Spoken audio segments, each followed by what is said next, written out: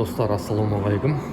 Бүгін бізде дәл осындай ескі компьютер, бұл Микас 7.2 УАЗ автокөліктеріне орнатылған. Бұл көліктерде қазір проблема волюметрден ошибка жанып тұр.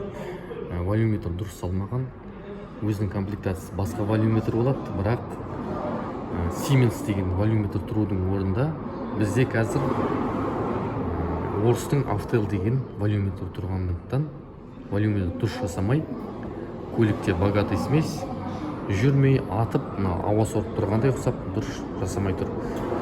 Және де волюметр тыққан жағдайда штекерін көлік сөніп қалады. Сондықтан дәл осы автокөлік қазір прошивкілеп Euro 2, бірақ исправный волюметрін өзінің басқа волюметріне аударып программасын көлікті қыздырып көреміз. Қандай проблемасы анықталады прошивкіден кейін, причина кете ма, кетпей ма, соны барлығын қазір көлікке барып тексеріп қаратып көретін боламыз. Дәл осындай электронды блок жүйе, бұл өте ескі, жылына қарағанда 2005 жылдың электронды блок жүйесі. Соны салып қарап көрейік. Ендеше жол жүреміз.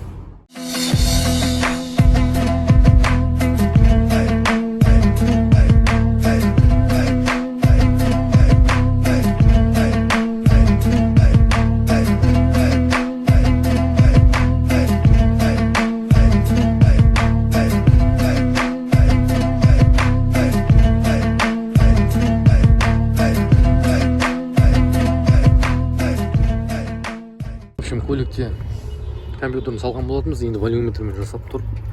Бізде жаңа тағы бір ошибка бар. Бұл коленвалда датчик угловой синхронизациясын дұрыс жасамай тұр дейді. Распредвал датчик пен коленвал датчиктің сәйкес дұрыс тістері келмей тұр дейді. Қазір мына газельдің датчигін осы автокөлікке салып тақыздырып көретін боламыз. Дәл осындай міне көлік шашылып жатқан түрі. Енді электрик балдар көмектесіп, қолымнан келгенше дейін жасап беріп жатқаным. Негізінде бұндай шашақ болған көліктерді өте қиын қайта өзіне келтіру. Сондықтан көп ала бермеймін бұндай көліктерді ремонтқа. Қазір көреміз, датчигін ауысып көреміз, сосын қыздырып көреміз қандай болады. Ол зажиганиясын көрейік, неше болып тұрған. Газ баспа. Баспадың ба? Ранее болып тұр ғой бұл зажиганиясының. Волюметрін жөндеп бердік, енді волюметр қосылып тұр, қызып тұр. Бізде көлікте қазір екі проблема бар. Ол бірінші глушитель ағытылып тастаған, болттарын алып, және де зажиганиясының ертеде тұр. Бір жарым тіс, екі тісті ертеде тұр. Соны орнына келтіргесін көлік бұйырса жаңа бейне видеосын түсіріп көрсететін болам. Әзірше көлік жаңағы айтқандай көлікте су жоқ мотордың ішінде. Зажиганиясын қою керек. Екі глушителін 3 таққаннан кейін тағы бір видео түсіретін болам. Егер клиент кетіп қалмаған болса, волюметр жағынан, лямбда зонд жағынан прошивкамен дұрыс келді, оқытылды. Енді глушителінде қара түтін жоқ. Мен сізге көрсетейін десем, бұл жерде қап-қара түтін шығатын еді. Көлікте су болмағасын қозғалтқышында мен оны сізге көрсете ала алмаймын, өкінішке орай. Келесте су құйып жаңағыдай 3 проблеманы кетіріп, көліктен электриктерге балдарға сұрақ көрейін, видео қалай видео салып жіберсін. Сол видеосын сізге көрсететін боламын, алла қаласа.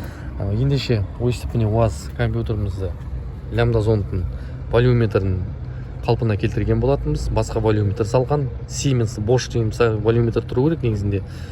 Ол волюметрлер табылмағасын орыстың 3855 деген маркировка автеловский волюметр салған болатын көліктің жағдайы.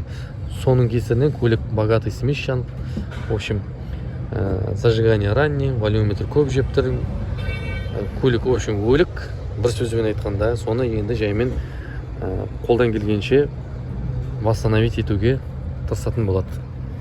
Ендеше рахмет, сәттілік баршаңызға тілеймін.